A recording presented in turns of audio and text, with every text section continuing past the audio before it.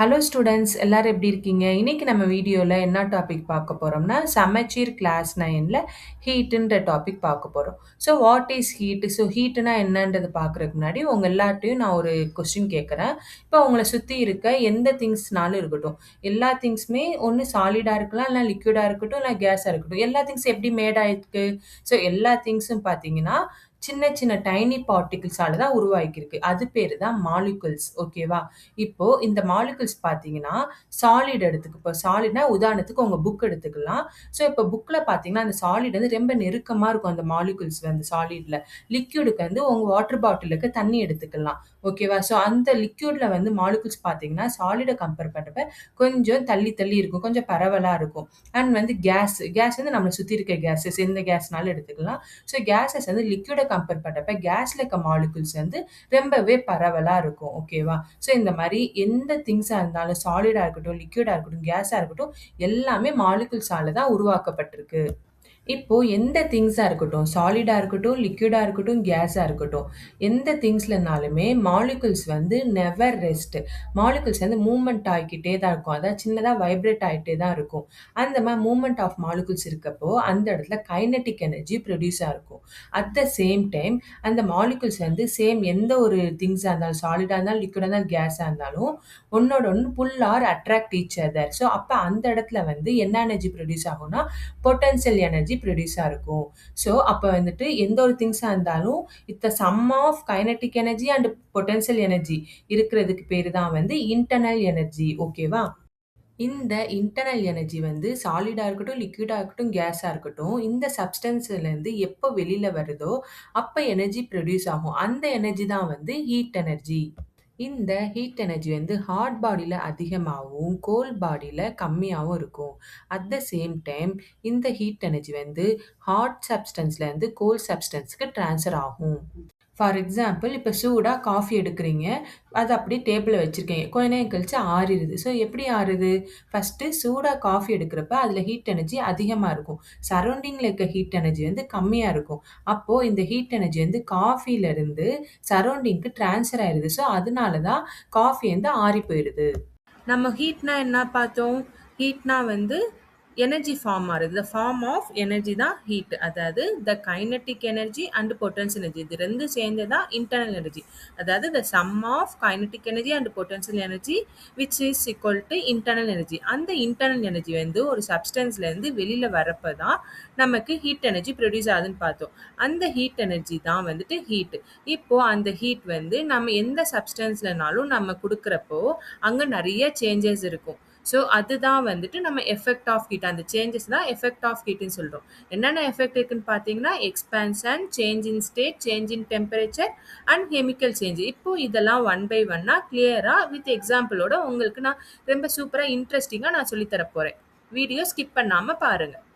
First effect of heat என்ன? Expansion. இப்போ ஒரு சப்ஸ்டன்ஸ்ல எக்ஸ்பான்ஷன் எதனால நடக்குது அப்படின்றத பார்க்கலாம். அதாவது நமக்கு வந்து என்ன பார்த்தோம்? இப்போ வந்துட்டு ஒரு சப்ஸ்டன்ஸ்ல மாலிகுல்ஸ் வந்து அதுவா வைப்ரேட் ஆயிருக்குன்னு பார்த்தோமா? இப்போ அந்த சப்ஸ்டன்ஸுக்கு நம்ம ஹீட் கொடுக்குறப்போ அந்த மாலிகுல்ஸ்லாம் ரொம்ப வேகமா வைப்ரேட் ஆகும் அண்ட் வந்து மூவ் அப்பார்ட் ஆகும். அப்போ அது வந்துட்டு அப்பார்ட் ஆகிறப்ப அந்த சப்ஸ்டன்ஸ் வந்து விரிவடையும். விரிவடையும்னா அது எக்ஸ்பேண்ட் ஆகும். ஓகேவா? இப்போ உதாரணத்துக்கு இப்போ ரயில் தண்டவாளத்துல பார்த்தீங்கன்னா கொஞ்சம் கேப் விட்டு தான் போட்டிருப்பாங்க. எதுக்காக கேப் விட்டு போட்டிருப்பாங்கன்னா, வெயில் காலத்துல வந்துட்டு அது வந்து எக்ஸ்பேண்ட் ஆகும் அந்த தண்டவாளம். எக்ஸ்பேண்ட் ஆகி அந்த கேப் வந்து ஜாயின் ஆயிக்கிறோம். சப்போஸ் அது கேப் விடாம போட்டாங்க அப்படின்னா அந்த வெயில் காலத்துல எக்ஸ்பேண்ட் ஆகிறப்போ அந்த தண்டவாளம் மேல தூக்கிக்கிறோம். அப்ப ஆக்சிடென்ட் ஆகிறதுக்கு சான்சஸ் இருக்கு. அதனால தான் கேப் விட்டு போட்டிருப்பாங்க. ஓகேவா? நீங்க வாய்ப்பு இருந்தா இதை நேர்ல போய் பார்த்து கேப் விட்டு இருக்குதா அப்படின்றத பார்த்துட்டு வந்து எனக்கு கமெண்ட் செக்ஷன்ல கமெண்ட் பண்ணுங்க. இப்போ ஒரு வீடியோ நான் ப்ளே பண்ணி காமிச்சேன். இந்த எக்ஸ்பெரிமெண்ட் உங்க ஸ்கூல் லெபார்ட்டரியில பார்த்துருக்கீங்களா? இதுவும் எக்ஸ்பான்ஷன் ஆஃப் ஹீட்டுக்கான எக்ஸாம்பிள் தான். அதாவது இதை நீங்க ஸ்கூல்ல கூட ட்ரை பண்ணி பாருங்க உங்க லெபார்ட்டரியில. ஃபர்ஸ்ட் அந்த மெட்டல் பால் வந்து ஃபர்ஸ்ட் ஹீட் படுத்துறதுக்கு முன்னாடி அந்த ரிங் வழியா பாஸ் ஆகும். அதுவே அந்த பாலை ஹீட் பண்ணதுக்கு அப்புறம் பார்த்தீங்கன்னா அந்த ரிங் வழியா பாஸ் ஆகாது. எதனால? அந்த பால் ஹீட் ஆகி எக்ஸ்பேண்ட் ஆகிக்கிறோம். அதனால அந்த ரிங் வழியா பாஸ் ஆகாது. ஓகேவா? இதை நீங்க லெபார்ட்டரியில உங்க டீச்சர் ஹெல்ப்பால நீங்க ட்ரை பண்ணி பாருங்க. அதே மாதிரி இன்னும் நிறைய ரியல் டைம் எக்ஸாம்பிள்ஸ் இருக்கு. இப்போ எக்ஸாம்பிளுக்கு இப்போ எலக்ட்ரிக் வயர்ஸ்லாம் பார்த்தீங்கன்னா நீங்க வந்துட்டு அது நீங்க தெருவுல பாருங்க. 2 போஸ்ட் கம்பத்துக்கு நடுவுல வயர்ஸ் வந்து லூஸா தான் தொங்கும். எதுக்காக லூஸா தொங்குது அப்டின்னா, இப்ப அது டைட்டா வச்சிருந்தாங்க அப்டின்னா, ஹீட் வந்துட்டு அது எக்ஸ்பேண்ட் பண்ணும். அந்த ஹீட் எக்ஸ்பேண்ட் பண்றப்போ வயர் பிரேக் ஆகும். ஸோ அத அவாய்ட் பண்றதுக்காக தான் அந்த வயர் வந்து லூஸா தொங்கவிட்டுருப்பாங்க. அதே மாரி பிரிட்ஜஸ்ல பார்த்தீங்கன்னா, சின்ன சின்ன கேப் விட்டு தான் பில்ட் பண்ணியிருப்பாங்க. ஏன்னா, அதே மாரி தான் டூரிங் ரொம்ப ஹீட் டைம்ல வந்துட்டு அது வந்து எக்ஸ்பேண்ட் ஆகும். ஸோ எக்ஸ்பேண்ட் ஆகுறப்போ கிராக்கோ இல்ல டேமேஜோ இல்லாம இருக்கிறதுக்காக தான் கேப் விட்டு போடுறாங்க. அதே மாரி இப்ப லிக்விட் சப்ஸ்டன்ஸ்க்கு எக்ஸாம்பிள் சொல்லணும்னா, இப்ப தெர்மோமீட்டர்ல பார்த்தீங்கன்னா, மெர்க்குரி வந்து லிக்விட் சப்ஸ்டன்ஸ் தான். இப்ப அது வந்து நம்ம இப்ப உடம்புல இப்போ ஃபீவரா இருக்கு. நீங்க டெம்பரேச்சர் செக் பண்ணி பார்க்குறப்ப, அந்த மெர்க்குரி ரைஸ் வச்சு தான் உங்களுக்கு டெம்பரேச்சர் எவ்வளோ இருக்குன்னு பார்ப்பாங்க. ஸோ இதுவும் அந்த டெம்பரேச்சர் அந்த மெர்க்குரி வந்து எப்படி ரைஸ் ஆகுது? அந்த ஹீட்னால தான். ஹீட்னால தான் அது எக்ஸ்பேண்ட் ஆகி ரைஸ் ஆகுது. ஸோ இந்த மாரி நெறைய எக்ஸாம்பிள்ஸ் இருக்கு. ஸோ இதெல்லாம் நான் சொன்ன சில எக்ஸாம்பிள்ஸ் தான். ஓகேவா? நெக்ஸ்ட் எஃபெக்ட் ஆஃப் ஹீட் என்ன பார்த்தோம்? Change in state. அதாவது ஒரு சப்ஸ்டன்ஸை ஹீட் பண்ணுறப்போ ஒரு ஸ்டேட்லேருந்து அனதர் ஸ்டேட்டுக்கு சேஞ்ச் ஆகும். ஓகேவா? உதாரணத்துக்கு இப்போ ஐஸ் கியூப் எடுத்துக்கோங்க. ஐஸ் கியூப் வந்து என்ன ஸ்டேட்டில் இருக்குது? சாலிட் ஸ்டேட்டில் இருக்குது. அந்த ஐஸ் கியூபை நம்ம ஹீட் படுத்துகிறப்போ அது மெல்ட் ஆகி லிக்விட் ஸ்டேட்டுக்கு மாறும். அதாவது வாட்டர் ஆகும் இல்லையா? அதுக்கப்புறம் ஃபர்தராக அந்த வாட்டரை நீங்கள் ஹீட் பண்ணுறப்போ லிக்விட் ஸ்டேட்டில் இருக்க வாட்டர் என்ன ஸ்டேட்டுக்கு சேஞ்ச் ஆகும்? கேசியஸ் ஸ்டேட்டுக்கு சேஞ்ச் ஆகும். அதாவது வாட்டர் வேப்பர் ஆகி அது எவாப்ரேட் ஆகும் இல்லையா? அகைன் இந்த ப்ராசஸை நீங்கள் ரிவர்ஸ் பண்ணி பார்க்குறப்போ, அதாவது அந்த கேசியஸ் ஸ்டேட்டில் இருக்குல்லையா, அந்த கேசியஸ் ஸ்டேட்டில் இருக்க வாட்டர் வேப்பரை நீங்கள் கூல் பண்ணுறப்போ அது வந்து லிக்விட் ஸ்டேட்டுக்கு சேஞ்ச் ஆகும்.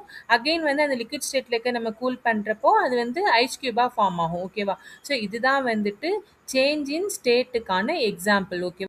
Next third effect of heat என்ன அப்படின்னு பார்த்தீங்கன்னா, change in temperature.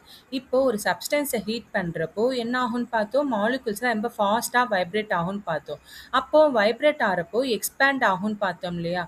So at the same time அந்த மாலிகுல்ஸ் வந்து ஃபாஸ்ட்டாக வைப்ரேட் ஆகிறப்போ ரைஸ் இன் டெம்பரேச்சர் ஆகும். அதுதான் சேஞ்ச் இன் டெம்பரேச்சர்.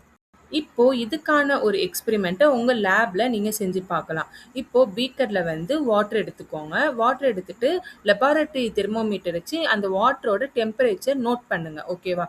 ஸோ அது என்ன காமிக்கும்? நார்மல் ரூம் டெம்பரேச்சர் தான் காமிக்கும். அதுக்கப்புறம் அந்த பீக்கர்ல இருக்க வாட்டர் வந்து நீங்க ஹீட் பண்ணுங்க. ஸோ ஹீட் பண்றப்போ பார்த்தீங்கன்னா, அந்த தெர்மோமீட்டர்ல நீங்க பார்க்கலாம்.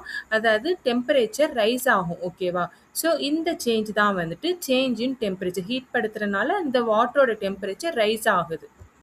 இப்போ அந்த ஹீட்டை நீங்கள் ரிமூவ் பண்ணுறப்ப பார்த்தீங்கன்னா, இப்போ அந்த டெம்பரேச்சர் வந்து ஹையாக இருக்கு இல்லையா? அந்த டெம்பரேச்சர் வந்து கொஞ்சம் கொஞ்சமாக ரெடியூஸ் ஆகிட்டே இருக்கும். ஓகேவா? அதை நீங்கள் தெர்மோமீட்டரில் செக் பண்ணி பார்க்கலாம். டெம்பரேச்சர் ரெடியூஸ் ஆகுது. ஸோ இது வந்து டிக்ரீஸ் இன் டெம்பரேச்சர். ஸோ இந்த ப்ராசஸ் தான் either increase in temperature or decrease in temperature தான் change in temperature. Effect of ஹீட்னால சேஞ்ச் இன் டெம்பரேச்சர் அப்படின்றத நம்ம பார்த்துருக்கோம். நெக்ஸ்ட் எஃபெக்ட் ஆஃப் ஹீட் என்னன்னு பார்த்தீங்கன்னா, கெமிக்கல் சேஞ்ச். இப்போ இதுவரைக்கும் நம்ம வந்துட்டு எஃபெக்ட் ஆஃப் ஹீட் என்னென்ன பார்த்தோம்? எக்ஸ்பான்ஷன் பார்த்தோம், change in state, change in temperature. இப்போ பார்க்குறது கெமிக்கல் சேஞ்ச். கெமிக்கல் சேஞ்ச்னா என்னன்னு பார்க்குறதுக்கு முன்னாடி உங்களுக்கு நான் ஃபிசிக்கல் சேஞ்ச்னா என்னன்னு எக்ஸ்பிளைன் பண்ணுறேன். அதுக்கு எக்ஸாம்பிளாக இப்போ நம்ம ஃபஸ்ட்டு எக்ஸ்பான்ஷனில் பார்த்தோம். எக்ஸ்பான்ஷன் என்ன பார்த்தோம்? ஹீட் படுத்துறப்போ ரயில் தண்டவாளம் வந்துட்டு எக்ஸ்பேண்ட் ஆகும்னு பார்த்தோம். அதனால தான் ரயில் தண்டவாளம் கேப் விட்டு போட்டிருக்காங்கன்னு சொன்னோம் இல்லையா? அதுவே பனிக்காலத்தில் வந்துட்டு அகைன் வந்து கேப் விழுந்துரும். அதாவது ஹீட் ரிமூவ் பண்றப்போ கேப் ஆயிரும். ஓகேவா? ஸோ அப்போ வந்துட்டு ஒரு சப்ஸ்டன்ஸ் வந்துட்டு எப்படி இருந்துச்சோ அதே மாதிரி தான் ஹீட் ரிமூவ் பண்ணாலும் திரும்ப சேம் சப்ஸ்டன்ஸாக தான் இருக்கு. இது பேர் தான் பிசிக்கல் சேஞ்ச். அனதர் எக்ஸாம்பிள் உங்களுக்கு சொல்றேன். இப்போ ஒரு பேப்பர் எடுத்துக்கிறீங்க. அந்த பேப்பர்ல பேப்பர் கப்பல் உருவாக்குறீங்க. ஓகேவா? அகைன் அந்த பேப்பர் கப்பலை வந்துட்டு நீங்க ரிமூவ் பண்ணீங்கன்னா திரும்ப பேக் டு நீங்க என்ன பேப்பர் எடுத்தீங்களோ அதே பேப்பரா தான் இருக்கும். ஸோ அப்போ இதுதான் வந்துட்டு பிசிக்கல் சேஞ்ச். ஓகேவா? அதாவது நம்மளோட சப்ஸ்டன்ஸ் எப்படி இருக்கோ அதே மாதிரியே தான் ஆஃப்டர் இருக்கும். ஸோ இதுதான் வந்து பிசிக்கல் சேஞ்ச். அதுவே கெமிக்கல் சேஞ்ச் அப்படின்னா என்ன அப்படின்னு பார்த்தீங்கன்னா, இப்போ நான் அந்த சப்ஸ்டன்ஸை ஹீட் பண்ணோம்னா, திரும்ப அகைன் வந்து அந்த ஹீட்டை ரிமூவ் பண்ணுறப்ப பேக் டு சேம் சப்ஸ்டன்ஸே வராது. எக்ஸாம்பிளுக்கு இப்போ நீங்கள் ரைஸ் எடுத்துக்கிறீங்க. ரைஸை வந்துட்டு ஹீட் பண்ணுறீங்க. ஸோ ஹீட் பண்ணுறப்ப என்ன ஆகுது? அது வந்துட்டு நமக்கு சாப்பாடாயிடுது, ஃபுட் ஆயிடுது. திரும்ப அந்த ஹீட்டை நீங்கள் ரிமூவ் பண்ணால் திரும்ப அந்த ஃபுட் வந்து ரைஸ் ஆகுமா? ஆகாது. ஸோ அனதர் எக்ஸாம்பிள் பார்த்தீங்கன்னா, சேம் அந்த பேப்பரை எடுத்துக்கிறீங்க. பேப்பரை வந்துட்டு இப்போ நீங்கள் ஹீட் பண்ணி அதை எரிக்கிறீங்க. ஸோ எரிக்கிறப்ப அந்த பேப்பர் என்னவாயிரும்? சாம்பல் ஆயிரும். திரும்ப அந்த சாம்பலை நீங்கள் வந்துட்டு அந்த ஹீட்டை ரிமூவ் பண்ணுறப்போ உங்களுக்கு திரும்ப பேப்பர் ஆகுமா? அப்போது நமக்கு பேக் டு சேம் சப்ஸ்டன்ஸ் வராது. ஸோ இதுதான் கெமிக்கல் சேஞ்ச். ஓகேவா? ஸோ ஹீட் பண்ணுறனால நடக்கிற கெமிக்கல் சேஞ்சஸ் இதுதான். ஓகேவா? ஓகே ஸ்டூடண்ட்ஸ், இந்த வீடியோ நீங்க ஸ்கிப் பண்ணாம பார்த்தா உங்க கான்செப்ட் ரொம்ப ஈஸியாவே ரொம்ப கிளியரா புரிஞ்சிருக்கும் உங்களுக்கு.